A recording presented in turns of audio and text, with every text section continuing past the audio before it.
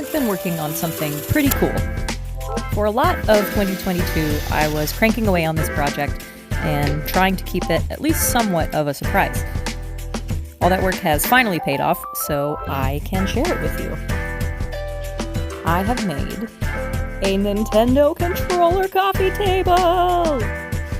I decided not to paint it because I really love the natural wood tones of the walnut, birch, and this red cedar for the A and B buttons, and I think that just turned out really nice. But this isn't just a table. It's also a fully functional wireless Bluetooth controller. That's right. Here we go. I don't even need to jump. But I will.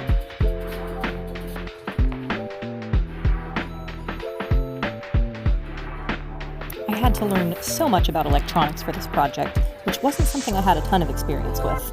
I learned how to solder for this project, had to learn about how circuit boards even work, and even just more about how controllers work.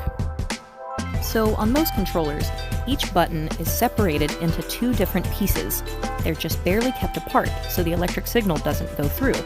And when you push the button from the outside of the controller, it joins those two pieces, letting the electric signal say, hey, I'm pushing this button, I'm pushing A, B, and so on. So for this project, I needed to bring two wires from each part of the circuit board to a new button that was just underneath the wood buttons I'd created. Yeah, if it sounds complicated, that's because it was. It took a lot of troubleshooting and problem solving and just downright frustration. But eventually, everything worked out. First, I took a Bluetooth circuit board and scraped off the protective coating so that I could solder to the copper underneath. This is my first soldering project, literally anyone watching this. I have a mock-up button. This would be the actual button. Here's everything underneath. Button, wired to ship, springs, bolts. There would be nuts here. So it does work. This setup does work. However, it's be easier to press. But this is pretty fucking cool, engineering-wise. Alright. Oh, son of a... Damn it, really did that to me. I'm done. I mounted the circuit board underneath the table so that it was discreet but also easily accessible if I needed to fix anything. And don't worry, I did put a protective cover back over the circuit board, so it's not just hanging out. Yeah, that's all the soldering. It does look really cute, even if none of this works. Just look at it. Do another little pan. Look at all these little wires! Look at all these friends!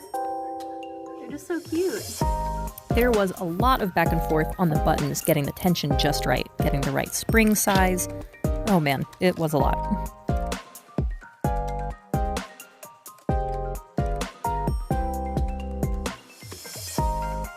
There were also a lot of times during this project where I realized I didn't have a tool that I needed, or I had just gotten a tool and didn't really know how to use it that well.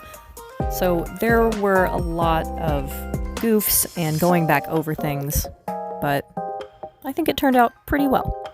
There are still things I would change, but I am proud for seeing it through and working through all of the challenges.